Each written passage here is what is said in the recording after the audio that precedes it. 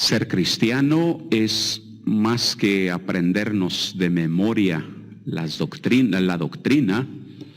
Hablemos de los mandamientos, hablemos de las obras de la misericordia, los dones del Espíritu Santo. Muchas veces creyendo que aprender de memoria sin quitarle ninguna letra y con eso ya es suficiente, ¿verdad? Aunque la vida no corresponda como Dios quiere. Todo lo contrario, eso es bueno, ¿verdad? Que tengamos memoria, pero también ser cristiano pues es una opción de vida, es una decisión, sobre todo es una adhesión a la persona de Jesucristo. Eso por ahí debe entenderse la vida cristiana. Y en consecuencia, la vida repercute. En consecuencia, esta vida que debe ser una decisión, una adhesión en Jesús, la vida entonces dará signos de una vida distinta. Hablemos el testimonio. Seguimos escuchando ese término, la palabra testimonio en la Sagrada Escritura. Y en este tiempo de Pascua el testimonio es muy insistente. Es muy insistente el testimonio y sobre todo el testimonio de los primeros cristianos y de los apóstoles. Pero hoy Jesús también habla de su mismo testimonio. El Evangelio cuenta, dice Jesús, el que viene del cielo está por encima del cielo.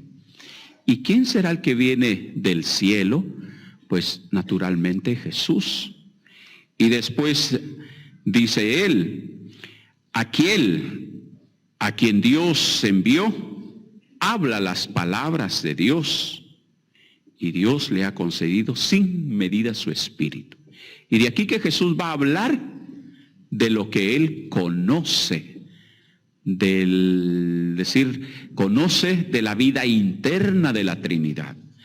Y por eso él dice, el que viene del cielo está por encima del cielo y da testimonio de lo que ha visto.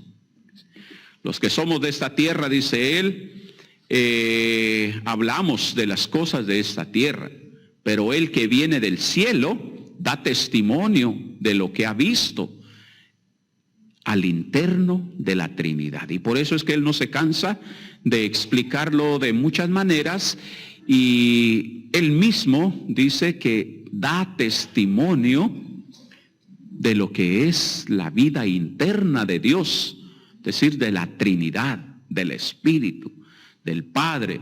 Y él es el testimonio viviente, el testimonio hecho carne de Dios.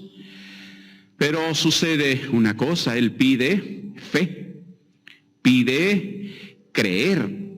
Y dice, el creer es que se consigue así la vida eterna. En cambio, el que es rebelde al Hijo, dice, la misericordia de Dios está fuera de él. Esto que Jesús dice, también lo palparon, también vieron los que compartieron con él. Y aquí viene también el testimonio de los apóstoles. Sobre todo Pedro dice, hay que obedecer primero a Dios antes que a los hombres. Y él dice, y nosotros lo hemos visto. Cuando él habla, cuando él anuncia, el querigma anuncia la muerte y la resurrección del Señor. Y Pedro dice, nosotros somos testigos de esto. Nosotros lo hemos visto, ¿verdad?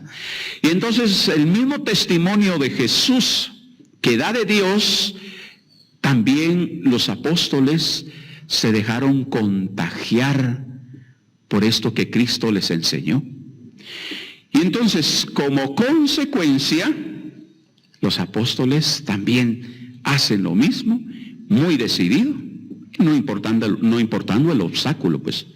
Porque dice, los jefes de aquella época, los jefes religiosos les prohibieron, el Sanedrín prohibió a los apóstoles hablar en nombre de Jesús.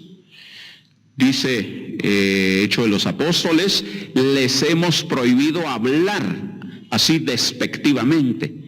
Les hemos prohibido hablar en nombre de ese, ¿verdad? De ese tal Jesús. Así despectivamente hablando del Señor. Pero les hemos prohibido hablar en nombre de ese tal Jesús. Y quieren hacernos responsables de la muerte de ese hombre, ¿verdad? Pero no aceptan ellos la culpabilidad, ciertamente, de la muerte de Jesús. Pero los apóstoles, muy valientes, y aunque fueron amenazados de muerte, decidieron matarlos, dice, ¿sí?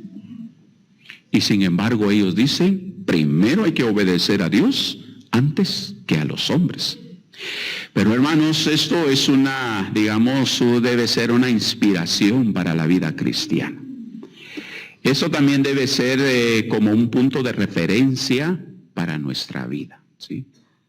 Yo sé que las situaciones, las realidades que vivimos en cuanto, pongo esto de ejemplo, de violencia que vivimos, por ejemplo, cuando hay una cierta, amenaza, estoy seguro más de alguien entre nosotros ha sufrido eso, el tema de la violencia.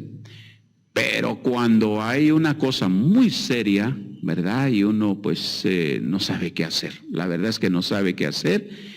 Y uno se preocupa demasiado, se angustia.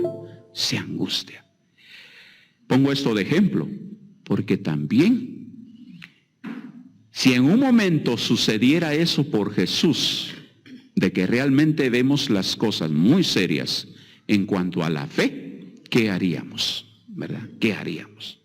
Es por eso que es muy admirable el testimonio de algunos cristianos cuando son capaces de arriesgar hasta la vida.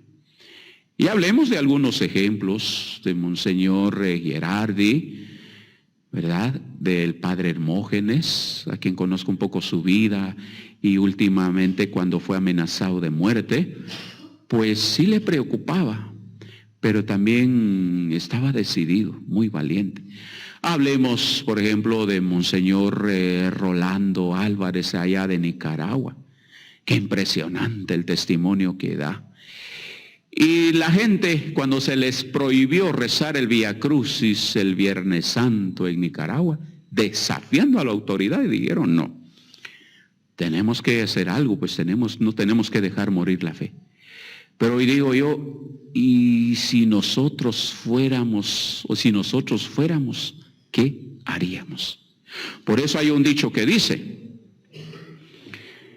a la mera hora de rajar ocotes es cuando se nos quiere ver muchas veces, ¿verdad? Y entonces ahí es donde hay que dar testimonio realmente de un compromiso cristiano. Ahora, si queremos vivir flojamente, pues hagamos lo mínimo y hagamos lo de siempre, ¿verdad? Hagamos lo de siempre o cumplamos con lo que hemos establecido aquí en nuestra iglesia, ¿verdad? Y eso, hablemos de nuestras tradiciones, quedémonos solo ahí, pero un compromiso serio de vida cristiana, una opción como el de los apóstoles, seríamos capaces de llegar hasta ese extremo, ¿verdad?